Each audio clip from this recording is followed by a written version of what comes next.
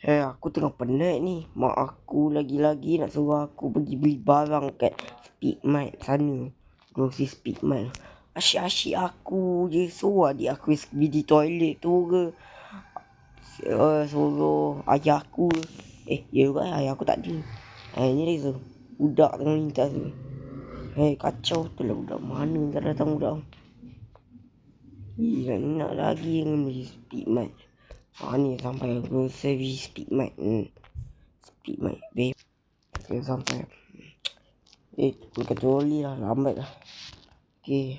Aku nak ambil. Aku ambil. Coca-Cola jangan boycott. Okay, ni aku ambil air purple ni. Air creamy shake ni. Lepas tu mula aku ambil kosong. Lepas aku ambil pizza. Bukan Domino pizza.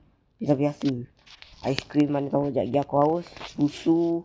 Ni pun buat apa? Kita tepung menyam sayur tadi mak aku suruh beli.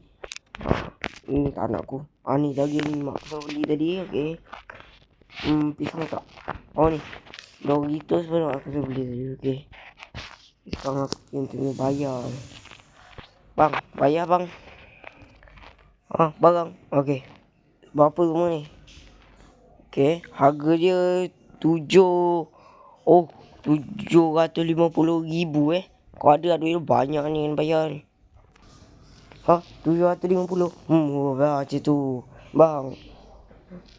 Bang, bagi tu. Saya nak plastik bang. Plastik. Tak boleh. Plastik pula. Pegang tangan lah. Tuhan bagi tangan. Kau boleh pegang lah. Ni plastik lagi. Kau tahu tak kedai ni diharamkan pegang plastik tau. Kalau kau pegang plastik, aku boycott kau. Bang, saya naik basikal bang. Bang, macam mana saya nak bawa banyak barang-barang ni tanpa plastik? Bang, takkan kedai ni tak ada plastik ni bang? Tepi abang tu ada plastik tu bang. Plastik, kau tipu. Mana. Tak ada apa plastik.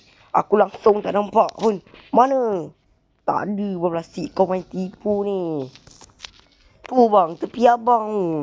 Takkan abang tak nampak pula. Kau tak boleh ada plastik. Kedai ni undang-undang lah. Kau ikutlah undang-undang bandar ni. Dah, kau pergi sana. Mana duit bayar? Oh ya, okey lah. Duit. Saya bawa lagi semua.